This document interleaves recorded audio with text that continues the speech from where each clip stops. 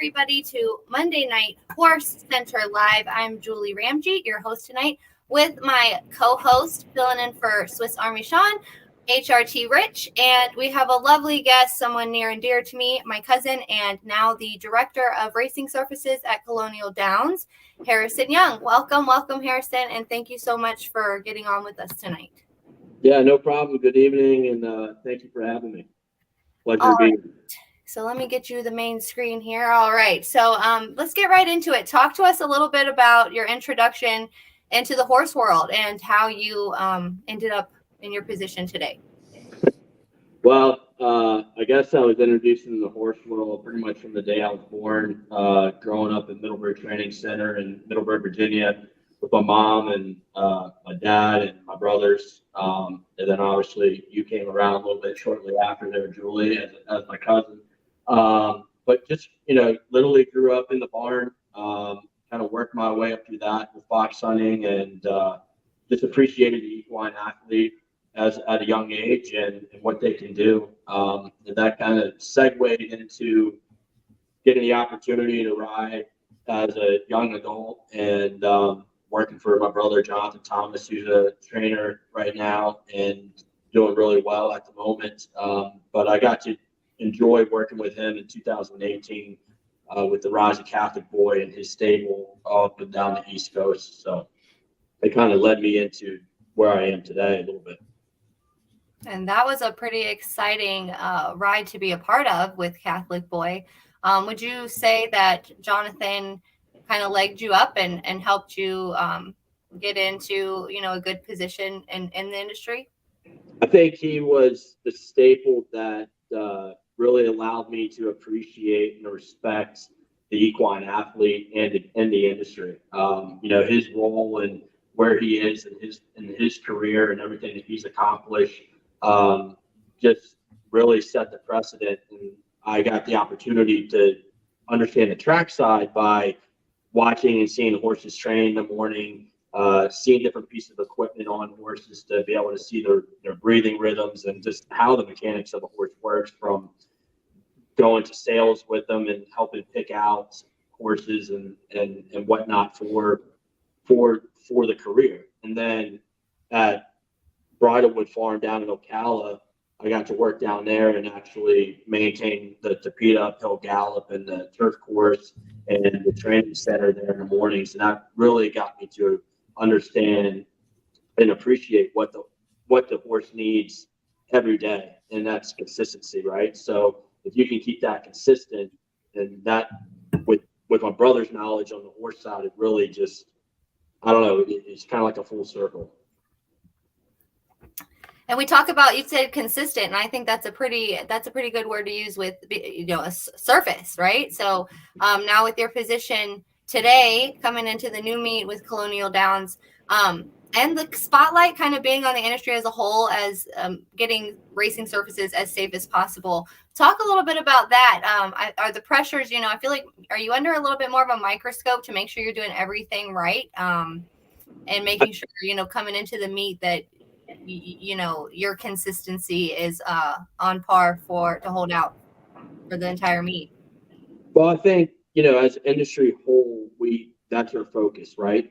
As a trainer, as an owner, as a groom, as an exercise rider, as a jockey, to even in a racing office, all the way down to the track surfaces, consistency is key. Consistency is key in life. Consistency, especially with the equine animal, is kind of the way, right? And so I don't really feel under the microscope. We just have the opportunity to go out there and do the best we can every day. And the turf course and the dirt track are two living elements. It's changing every day. It changes characteristics from the morning to the evening to this day to that day, with humidity to wind to rain, shading. So it's really it's a science, but again, I don't really worry about the microscope aspect. I just go out there and do my job. And my job is to make a consistent surface day in and day out. And one of the unique things about Colonial is our turf course. And, if you watch a live streaming feed from horse racing at any other track, you probably see on a 9-race card, you'd see 7 races on the dirt, 2 races on the turf, while Colonial will run 8 races on the turf. Sometimes 2 of those are steeplechase races, which is completely different and has a whole nother set of demands for the equine athlete. And then we'll have, a dirt race or 2. So we're turf heavy, and we'll run 3 days a week on the turf, which puts you at about probably almost 30 races in 3 days on the turf.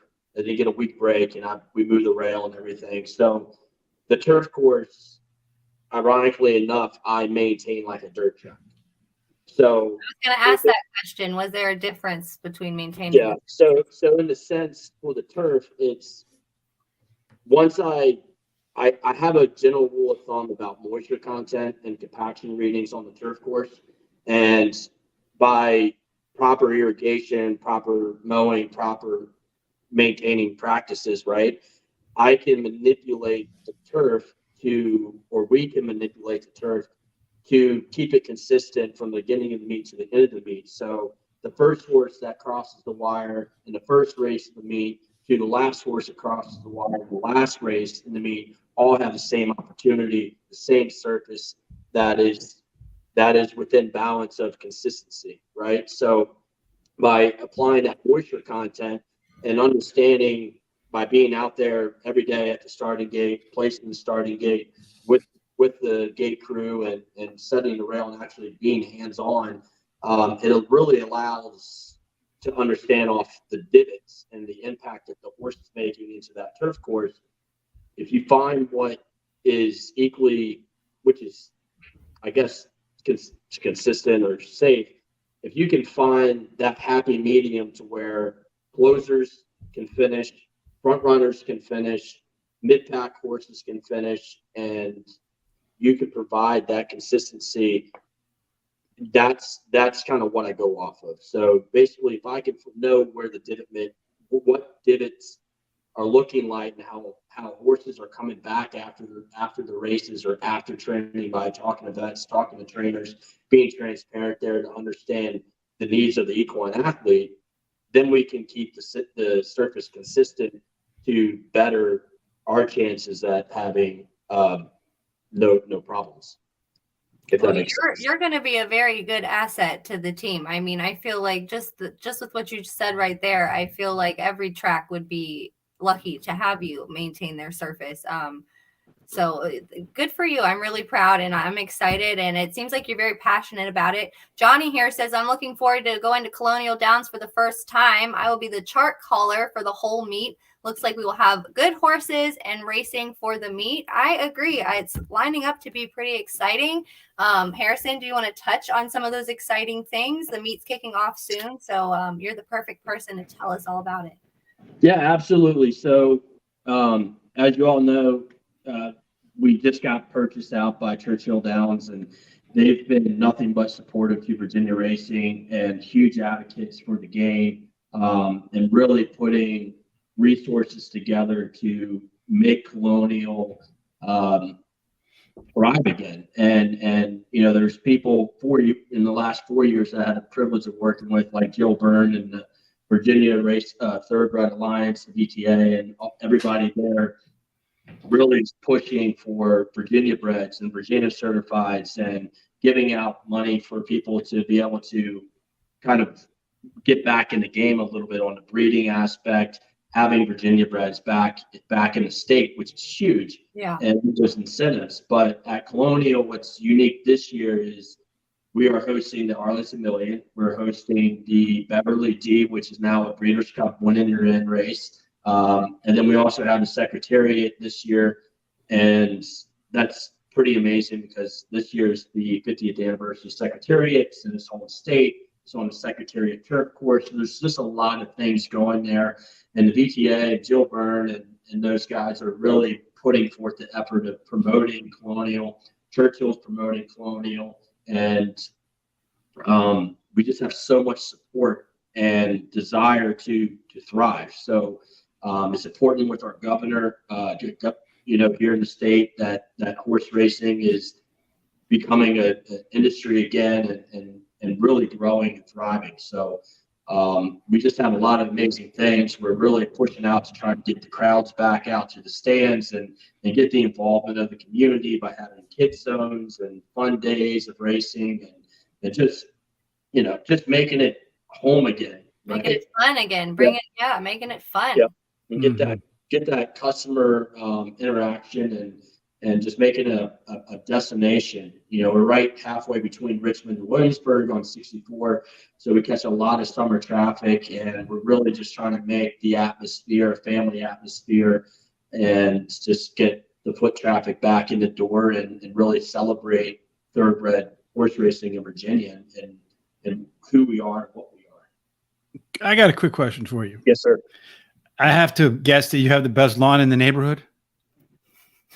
Me?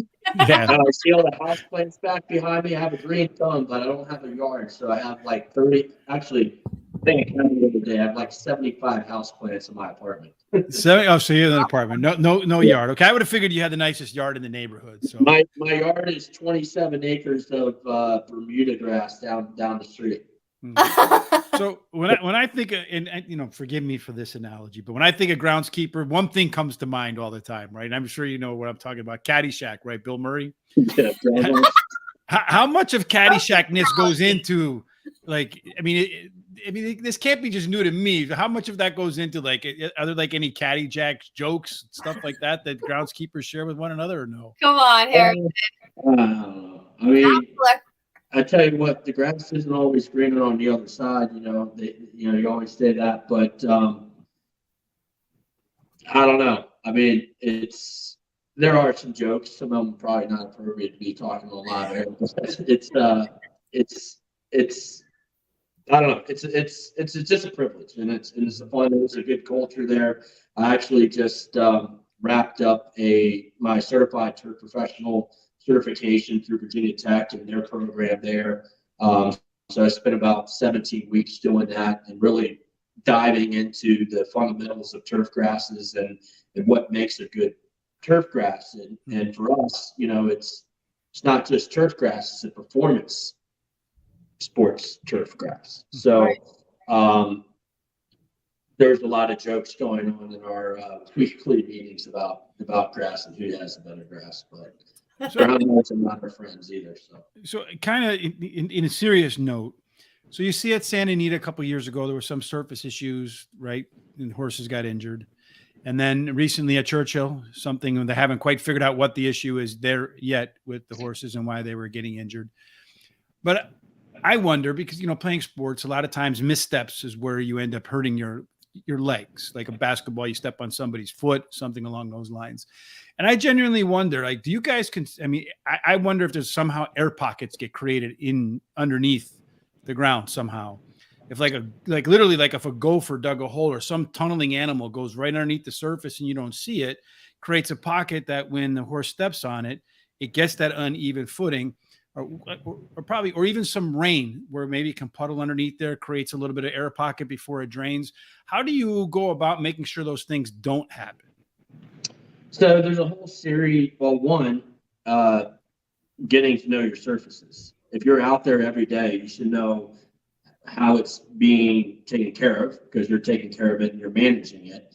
The only aspect that I can think of is I don't really think air pockets or something like that would exist in those surfaces, because, yes, there's groundhogs, right? I have a couple groundhogs in the infield, but they have nothing to do with the racetrack. They live in their own little spot, and in the background, I'm sure you've probably seen the dogs run around, but those are the Colonial Downs geese police. So we have geese and things like that. So we manage, you have proper pest management. But as far as surfaces goes, moisture, it depends on the surface, right? If I picked up Colonial Downs and I put it 30 miles in Richmond and I put it 30 miles in Williamsburg, I'm going to have to maintain it entirely differently because of just that little bit of climate change. Mm-hmm. So understanding your surface is key. Understanding the foundation of your surface is key, and understanding how it reacts to Mother Nature and what Mother Nature does to it, right? Mhm. So on the safety aspect of things, and what we have to do is there's always recordings. And even prior to HISA, every racetrack, you're taking moisture readings, you're taking compaction readings, you're checking aero depth, you're adjusting your mowing height, you're changing your mowing patterns. There's all those practices that we do on a daily basis because we take pride in what we do. Mhm. As track superintendents, I mean, we're the first ones in and we're the last ones to leave. And your heart and soul goes into it, and you respect the animal, you respect the game, and you're there for a reason. And we're all there for a reason, whether you're a groom, whether you're owner, whether you're a trainer or a spectator or a handicapper, you're there for the respect of the athlete and what it's doing, right? And you got two Mhm. athletes out there. You got the equine athlete and you got the human athlete. And I think a lot of people maybe don't see it that way. But as far as the surfaces goes, we also have the Racing Surfaces Testing Laboratory that comes out. And we actually just got tested the other day, and we passed up in the like 98 percentile on the turf and the dirt for consistency. And what they do is they use that ground penetrating radar to see if there's any variances in your foundation that maybe you have shallow cushion depth or a hard pan surface or a biased running lane or something like that, right? So if you're like, hey, the three hole has won 4 races out of 6 today. Why is that? Well, maybe the path it took, or maybe it just happened to be a better horse. But we check for all those things, and then through proper grading and harrowing and changing directions and using different pieces of equipment, you really take out the guesswork of where your problems are because you should be able to catch them before they become a problem. Now you mentioned like the 3-hole or something along that. Do Yeah. you chart bias so you have a sense like if the track is playing real fast in one area or real slow, or it's really favoring speed horses or favoring closers, so that you can try to neutralize that as much as possible? Well, for me, especially with the turf, I watch divot marks, right? I check footprints, I check the turns. I'm checking the speed figures on the races. I'm watching the race. I'm there at the starting gate, sometimes with the vest and the helmet, helping close the back gates and helping get horses in the gate. So by being hands-on there and seeing and being in it, you can really get a true understanding of if there is and if there isn't. On the maintenance aspects, there's some equipment that you can't really offset. So like a water truck, right? You can offset a little bit, but you can't really offset too much because you need water in the dirt track to maintain your moisture level and all that stuff. But harrowing and floating and other operations, you can change that up. And then out on the turf course, what I've done, it takes me a couple of days, but I started using a 60-inch motor to take the weight off the turf.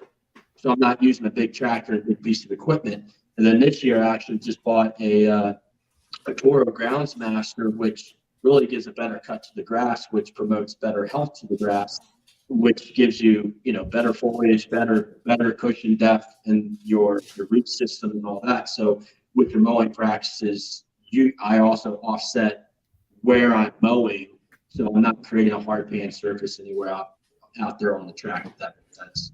Whole lot of things to think about, right, Julie? Something most people watching the track would never even think about. A whole lot of things I wish more tracks thought about. And then the other part of that is where I place the race, right? So I worked with the racing secretary. We had Allison DeLuca for a long time working with us, and we have Stanley now, and he's great. He's been down to Tampa. He's been working with us for the last 4 years, so he's taking the reins. So he and I talk about, hey, what kind of races can we run? Where can we run them? And one thing that I do that maybe some people don't agree with is I put all my route races. Most of my route races are on the inner turf, and all my 5s and 5.5s are on the outer turf. So you have more of a sweeping turn. So there's less damage going into the turn and coming out of the turns when they're sprinting and just getting it going. And then for the big races where we have bigger route races, like 1.5 miles, that's down on the inner because I can't put a starting gate out, in the outer at 1.5 miles. So I run that on the inner, but for like the mile and a quarters and the mile and eighths, the mile 16ths, I can alternate where I put those on the outer versus the inner turf. And what's crazy is we're one of the only tracks that I know of that has two turf courses, well, three turf courses in one. We have two rails that are about 3 miles long, and we move those with a team, with a crew every week. So that takes about a day and a half to do. And that's really where, you kind of see what the pudding's doing, but at the same time, you also go out there and say, hey, we got these races running this week. Let's see what we can work out, where we can save ground. And the other strategic part of that is finding the best ground for some of your big days too, right? So I know that August 12th is one of our big days with Arlies and Millie and the Secretary Beverly D. I want to make sure that there's good footing for that. But I also want to make sure that the $5,000 claimers also have the same opportunity as well. So, really got to be strategic there. And then on the outer portion, with the National Steeplechase Association, I start those races and set the course for them. And we're running every Friday, the first And and that's second ran, I want to ask, that is the steeplechases ran on the same turf, right? Yes. As the flats. Yep. So talk about that. How do you go from the jumping and the pressure that causes and then running the same day, an hour later or a few minutes later on the turf for flats? So the cool thing about, so there's 27 acres of Bermuda, and we are I believe we're like the widest turf course in the country. So we're about 190 feet wide, which is huge. Yeah. So what I do is I try to designate the outer 40, 50 feet of the outside rail of the turf course, which is the longest route. And we run a 2 1/4 jump races. We put 5 jumps out there and I cone it off. And I think they jump a series of 8 jumps, 3 on the backside, 2 on the front side. And so it's not an area where we're actually running races, but so I designate it to them. And there's some extra practices and emphasis that I put in out there to kind of help give those horses a fair chance too, because the flat horses are going to want a little bit of a different surface than the jumpers, because you can have a little bit of cushion, because they're not, there might be a 1,400-pound, thoroughbred that's jumping at 30 miles an hour, and they need good takeoff and good landing spots for them, because, you got to think most of these steeplechase horses are second career horses. So they used to run on the flat. Now they're running over jumps, or they're coming from overseas. If you're overseas, they like a lot of cut in the ground. So I can manipulate that outer portion to cater to those horses to provide a better surface for them. Knock on wood, last year, we had a clean 20 races, and it was great. And horsemen were happy, horses rode well, and we had some exciting races. And this year we're lucky enough with the NSA to have some fillies and mares stakes races down at Colonial and really promote the sport, and also promote it as a second career opportunity for flat horses. We have a question here. Johnny's asking, do you allow morning workouts on the grass? Yes, we do. So every Thursday, I allow probably like 9:45 to about 10:15. We allow stakes and allowance horses out there to breeze. I do it on Thursdays because our race days are Thursday, Friday, Saturday. So if you're trying to target that horse for a race, you kind of work that workout, so you're hitting that 1 week or 8 days or 9 days. Very interesting. And do you want to talk about why it's only one day for those who don't know, why they're not open to train on it like the dirt is every morning? Well, turf, you can't just go out there and run a harrow over it and water it and get it back. So, I think it's pretty fair, especially with the colony of horses that we have. We're a very short boutique meet. It's preserve the turf a little bit, but give horses the opportunity to breeze. And I personally don't see a reason why we need to have it open more than 1 day a week. And it's worked out that way. And honestly, I haven't really I think on average, I have about 12 horses out there a week that are breezing. So it's not like these big tracks where you're going out and you're having 50 horses breezing on it, breezing on a turf in the morning. So that's that. And then, 6 days a week we train on the dirt, and that's always open for breezing as well. So Very nice. I read that you spent some time over in the UK learning as well. They run a lot of grass races over there primarily, and they've been doing it forever. So what sort of things do they do differently over there that we do over here? And what did you learn while you were there? Well, I wish I've had the opportunity. I have not actually had the opportunity to go to the UK. So I don't, it's one of those, it's kind of a bucket list type thing where I would love to go and take a tour of all the handful of turf surfaces out there and really understand what they're doing over there in the UK. But what I've been doing in the US is actually going and visiting other tracks and really getting to know other track superintendents and seeing what they're doing, picking their brain, networking with turf scientists and other, talking with trainers and just trying to get as much input on the needs, right, for the surface suit. So unfortunately, I've not been overseas. It's on my bucket list of things to do. I have a whole laundry list of those. Well, just chalk that one up to me being dumb. and I reread it now. And when I think UK, I think UK. But apparently it was a University of Kentucky program. Yes. Yeah. So forgive me for being dumb. So okay. So last year I had the privilege to go to Keeneland, and there's about 5 or 6 other track superintendents. So we spent 3 days up there, which is what we call a grader school. So we learned how to take dimensions of the track and read the pitches and slopes and actually get in different graders and learn how to grade. So we actually did some work on their synthetic pony track and then out on the main track.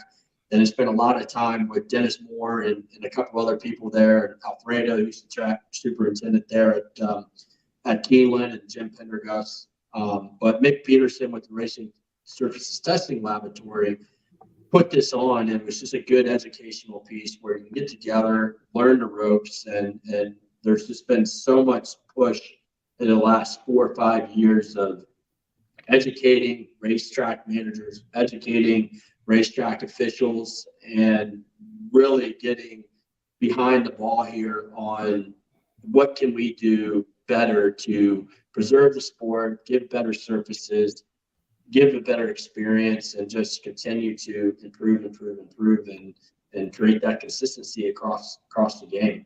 So I have a question. So, you spend a lot of time, it seems like, studying on how to perfect a surface that, like you said, is a small meet.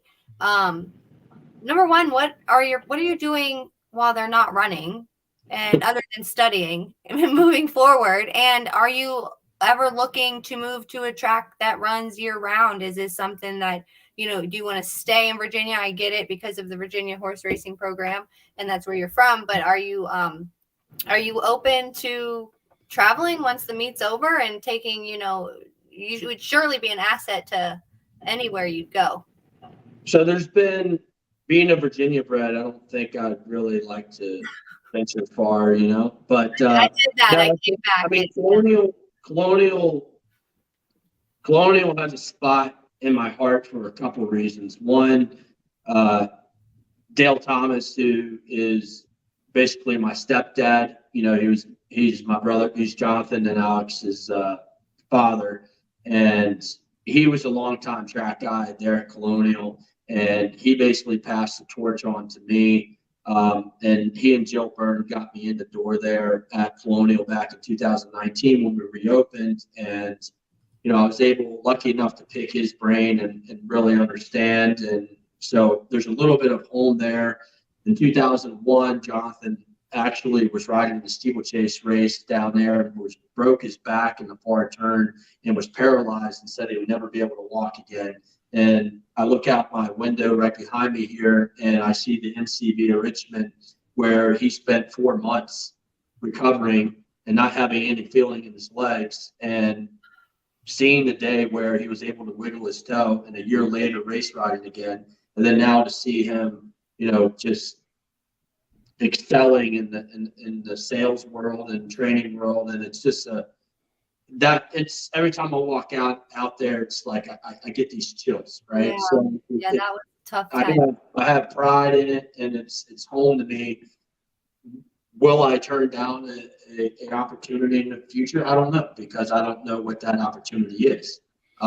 In off season and downtime, I do try to go and see other places. I actually just went up to Fairhill, Maryland, to look at their turf course and give a little bit of opinions on that. I work with the National Steeplechase Association. So this spring, I had 8 meets that I worked from Pennsylvania all the way down to Callaway Gardens down in Atlanta, Georgia.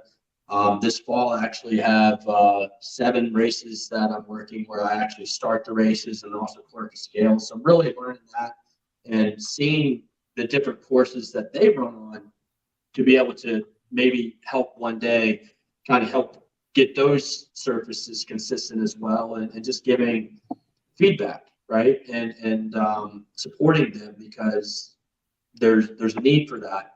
Then I've had some great opportunities of going down to Florida for clients on the side to help for training centers and just kind of giving some input on different practices that maybe they could try or do to improve their surface or to help keep it consistent and really understand what their needs are. And then if I can't give them the information, I definitely connect with resources that have been in my back pocket. I have a gentleman named Dr. Munshaw that supports us, and he's been a great asset to have, a phone call away for any turf-related stuff. At Colonial, we've been really lucky to have Ken Brown, who's a longtime track superintendent through Maryland and Canterbury and Delaware Park and a couple other places. And he's the genius behind the dirt, and having Kelly Jackson there at Colonial, who's been there for years through all the different ownerships. He's responsible for the dirt, and he's the dirt track superintendent and does a great job. And learning the ropes just as I am, being 2 young guys in the game. And outside of that, it's really work doesn't stop when the horses leave. What we always say is we start for next year the day the horses leave, because we're always making improvements. We're going to be building a new dormitory this year. We just put in brand new. That's amazing, because that's the number one complaint I hear is like people want to go to Colonial, but where do we stay? Yeah.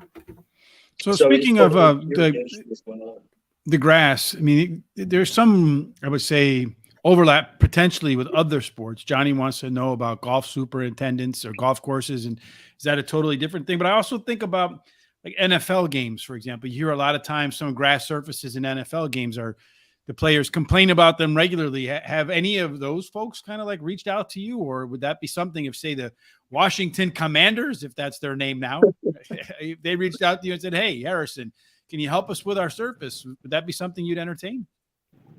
I'm game for whatever challenge comes my way, and I think that's why I enjoy my role so much. Is every day you have a challenge, right? You're taking risks to improve the surface. You have to do that, right? We do that in life every day, waking up and getting in our vehicles and driving to work. But when I was doing the Virginia Tech class, there was, I think, 95 students all across the country. So with that, I've gained a lot of friends that are golf course superintendents, sports field managers for universities, for professional surfaces.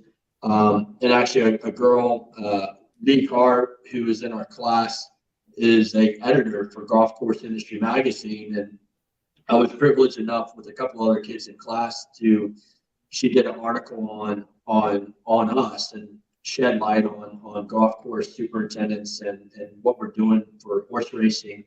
And the full circle to that is my ancestor is a guy named Charles Blair McDonald, who is one of the founding fathers of the USGA and just got inducted to National Golf Hall of Fame for golf course architecture. So as my dad would say, tree, apple, it doesn't fall from the tree. But so it's kind of, I feel like it's in the genes a little bit. But as far as the golf course stuff goes, it's different, right? You got to treat the grass different. Golf courses, in other sports surfaces, it's always like, how short can we get it and how beautiful can we make it, right? For horse racing, especially with our Bermuda, I maintain it like 3.5 inches, 4 inches, which is kind of uncharacteristic for Bermuda grass. And you have that old saying that the height of the grass determines your cushion. Well, what I found is that the subsurface layers is what creates your cushion.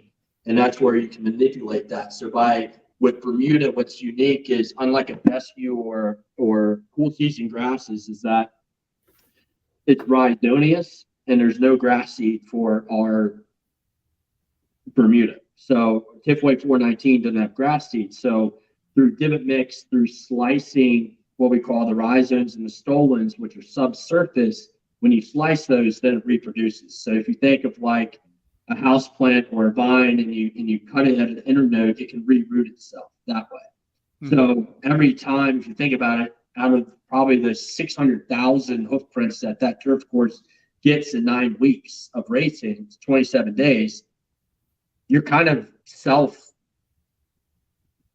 reproducing your plant there. So the cushion actually becomes your sublayer of roots are down here, and what I call my kind of thatch or rhizoneous layer has a lot of sand in that. And by watering that, you create that sponge layer. So on a golf course, there's less of that, and you don't want thatch. For us, I like having the thatch because it creates a good cushion layer there. And you can manipulate that through watering it to get how much cut you want in that grass, if that makes sense. Sure, it makes sense, but thankfully I don't really like to cut the grass, and I don't have a very big yard. I just on my bush hog and knock down the buttercups, and I think I'm doing a great job. So I'm getting like a full science lesson here. Terry Hay says, come to Golden Gate Fields and see what you think of their turf course. He invites everyone out, just so you know. Every show we have, he tries to get our guests to come out that way. Does Jonathan Thomas have any Catholic boy babies in the pipeline? Ooh, are we asking secrets over here?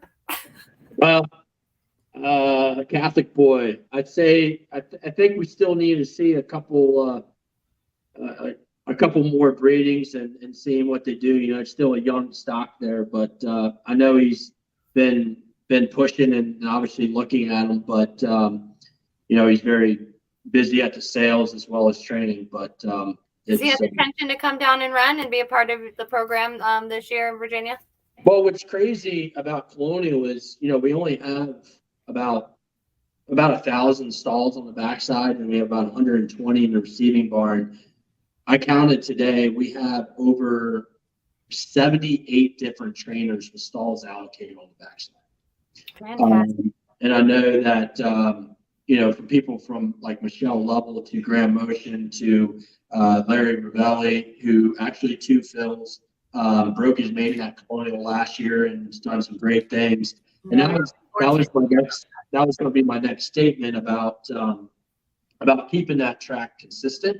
Is I love seeing horses compete on our surface, but the biggest reward for us is seeing horses graduate and improve from their experiences at Colonial, right? So the investment there for us is that if those horses come here, perform well, and then go on and improve and do bigger and better things and have no setbacks by running here, then that's a huge plus. So you look at, I know Grand Motion had 4 or 5 horses that ran on the turf at Colonial last summer and went on and won at Keeneland, went on and won at Kentucky Downs. And it's just that's the compliment, right? Because you're able to see these horses build and improve and continue to not have setbacks, and they can just excel and move forward. So very, very well said. Well, Harrison, it's been a pleasure for me. My brain is kind of spinning. I really didn't know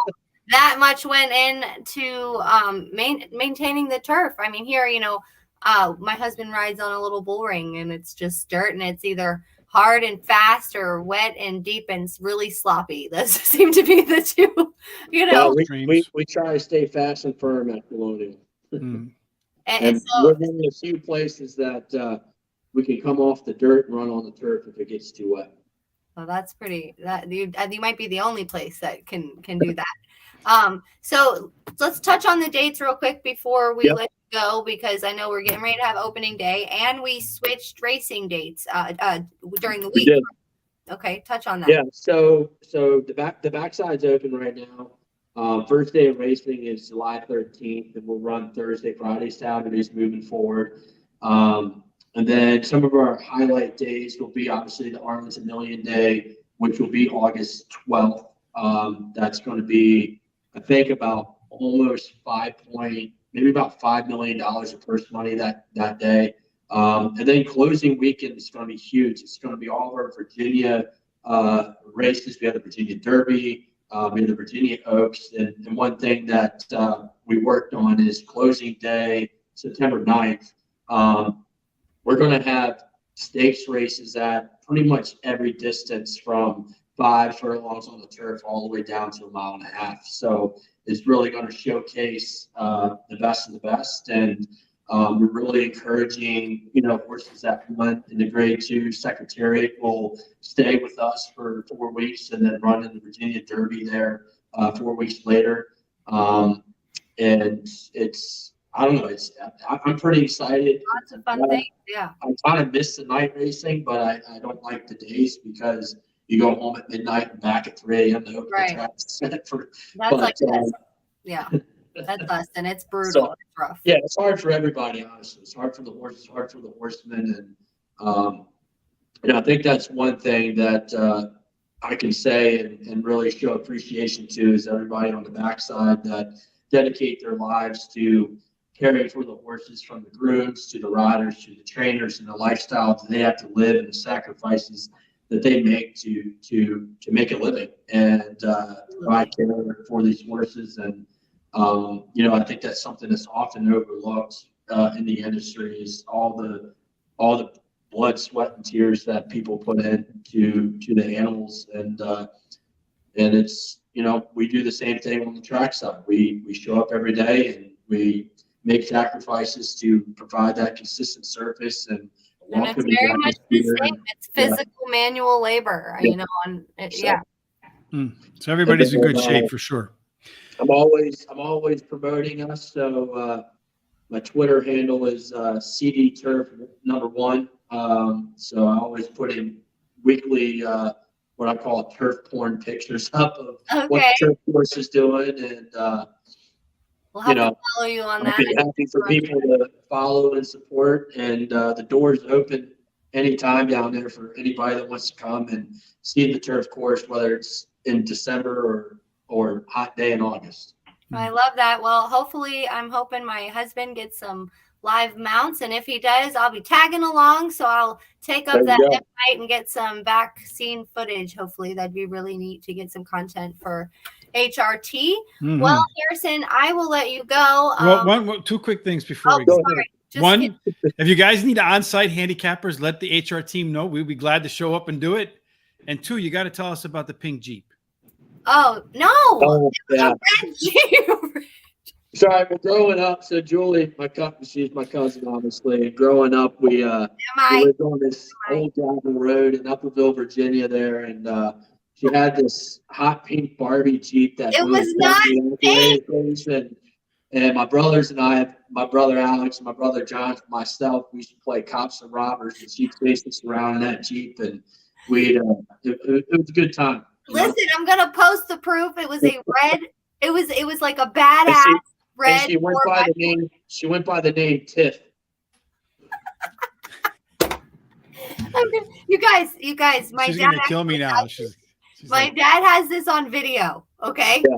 So I will get into the archive somewhere in his garage and find this. It was not pink. It was like a badass Jeep Wrangler. It was red. and they were jealous that I wouldn't let them drive it. Okay. It only went like 2 miles an hour, so we could always outrun it. They used to try to take my Jeep, and then they wondered why I used to chase them. I don't want to hear it. Pink. I was not a pink girl growing up. I wasn't. All right. Well, Is there there you have it, folks. Any other questions out there in the social media world? Oh man, that was funny. You got me blushing there. I think that's about it, though. We don't have any more questions. It looks like. Listen, I appreciate the opportunity, and I'm always game to talk turf and share the experience and provide the. Remember, when I find that video, and I have your Twitter handle now, and I'm going to post it on Horse Racing Today, and I'm going to say our host chasing down the director of racing. I think I ran you over one time, actually. I think I have got to get these videos from my dad for sure, because he's probably cackling right now if he's watching these. So, well, I hope to get down there and see and see the whole place. I haven't been down there in literal years, so it would be nice to take the trip. So hopefully we can get down there this summer. It's not looking like a really, really hot summer yet. That's usually no. I mean, honestly, I was waiting on the heat because Bermuda loves heat, and it bakes down there. We had 6 inches of rain over the last week and a half, and it's amazing. Everything drained beautifully. We're fast and firm right now, so it's good. So. Oh, cool. Well, I appreciate you getting on, and especially last minute. I just reached out to you the other day, so thanks so much for getting on with us this evening, and we look forward to catching up with you this summer. Like I said, I'll definitely be in touch. If we or me or Rich or any of us can make the trip down, we'll link up and get together, and you can give us a, Absolutely. Doors open. Welcome anytime. And Victor Carrasco, I'm sorry I stole your spotlight tonight. Yeah, it's funny. I know people might have been a little confused because originally we posted Victor. His flight got changed, and he was flying out at the time the show started. So we have him on in 2 weeks. We'll have Victor on, and I'm sure he'll be down at Colonial probably. Yeah, he's always down there. He actually rode a horse of mine that I'm a co-owner of that ran a little bit last year, and got to know Victor very well, and always. That's the other thing, the jockey colony that we have from Manny. It's going to change. It's going to change a little bit this year with the days of racing changing. Yeah. And Charlestown and Maryland now running the same days. I'm hearing people are going to have to pick and choose where they want to ride this season. So, well, it's been a good jockey colony, and they've all been very, very pleasant to work with, and very appreciative of everything we do. And I just, that again is the icing on the cake, is just knowing that other people appreciate the hard work that we do. And, we just have a great team there at Colonial, and very excited. Very excited. So you guys you're doing it. It seems like you're doing it the right way. So keep doing a good job, and we'll definitely touch base with you soon. All right. I'm going to go make some dinner now. All right. Thanks for joining us. All right. Thank you. Bye-bye. Have a good night. Bye-bye. All right, Rich. Well, that was a good one. It was indeed. And in case you didn't notice, we're both dressed exactly the same today. She sent out the memo. We're twinning. Yes, and it was like we're going to Great America together. You ever noticed a lot of couples that go to Great America, they wear the same shirt? Yeah. Yeah, but anyway. Now we need to get ones that are made that say, like, I don't know, the ones that say, like, I'm with, or if lost, returned to, and they have the arrows, or like I'm with dummy and it's got the arrow. Well, yeah, mine would have the arrow. In any case, all right. All kidding aside, who's on tomorrow night? We got trainer, exercise rider, just as of Monday, which is really cool, and I can't wait to talk to him about paid bronc rider. Okay, he got his first paycheck riding broncs. So I guess he stayed on long enough this past weekend. So full on cowboy, does horses' feet.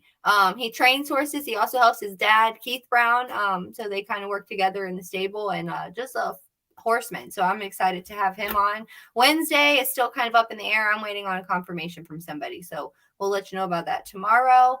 And what do you got going on tomorrow during the day? Myself and Terry will go after Parks again at about 12:30 in the afternoon Eastern. Then on Wednesday, it'll be Charles and I. We'll do Horseshoe Indianapolis. Thursday, we will look at Belmont Park, and of course, I will be looking at the turf and the turf and Listen, the dirt. we've talked so much turf tonight, we don't even know how to say it anymore. No, I just got dirt and turf, put them together into one word. I'll be looking at those races a whole lot differently now, of course, after tonight's show.